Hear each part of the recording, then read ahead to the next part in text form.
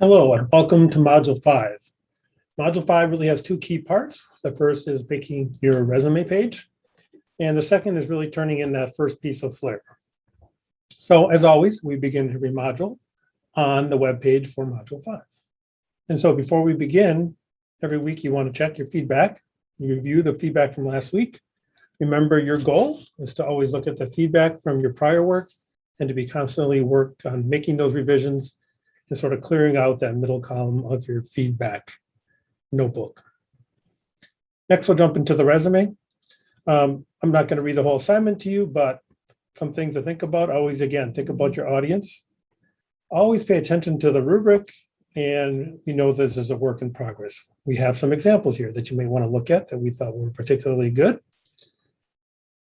There's always a couple ways to check the rubric. One is there's a tab here on the web page.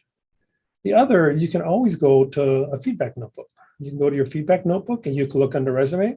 It tells you what we're looking for. And it also has some common issues.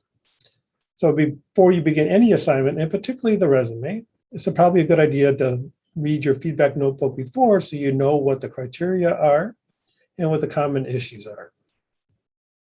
As usual, you'll make your web page. You will do your Flipgrid. And part of what you turn in this week is also a self-assessment of what you have done in the class so far on Flipgrid. So in your feedback notebook, near the bottom, we have participation for self-assessment.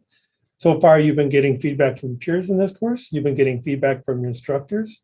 Now it's time to give yourself some feedback and some self-assessment. Modules 1 through 5, you want to find this table, and you want to fill out how you've been doing on sort of the criteria for Flipgrid. Talk about what you could improve and what you thought your strengths were. Self-reflection is an important part of this class. It's also a reminder that your first piece of flair is due. And when you turn in your flair, first of all, you want to make sure that you have a flair identified. We have a piece of flair page. Talk about some sort of standard pre-approved pieces of flair.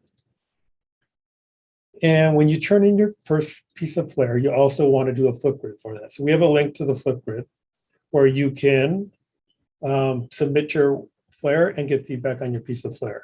This is in addition to your Flipgrid that you're going to do for your resume. As always, update the share tracker. And that will do it for Module 5. You have a resume, you have a self-assessment, and you have a piece of flair. We look forward to seeing the work that you develop.